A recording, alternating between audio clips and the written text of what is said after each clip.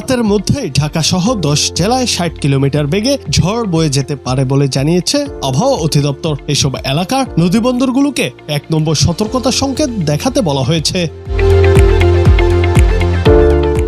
আজ রোববার সন্ধ্যায় অভ্যন্তরীণ নদীবন্দরের জন্য দেওয়া আবহাওয়ার পূর্বাভাসে এই তথ্য জানানো হয়। এতে বলা হয়, ঢাকা, রাজশাহী, পাবনা, বগুড়া, যশোর, কুষ্টিয়া, খুলনা, ফরিদপুর, টাঙ্গাইল এবং কুমিল্লা জেলার ওপর দিয়ে পশ্চিম ও উত্তর পশ্চিম দিক থেকে ঘন্টায় 45 থেকে 60 কিলোমিটার বেগে অস্থায়ীভাবে দমকা ঝোড়ো হাওয়া সহ বৃষ্টি, বজ্রসহ বৃষ্টি হতে পারে।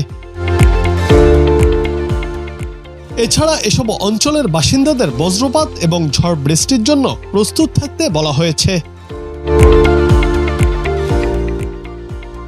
জুনায়েদ আহমেদ, বাংলা টিভি।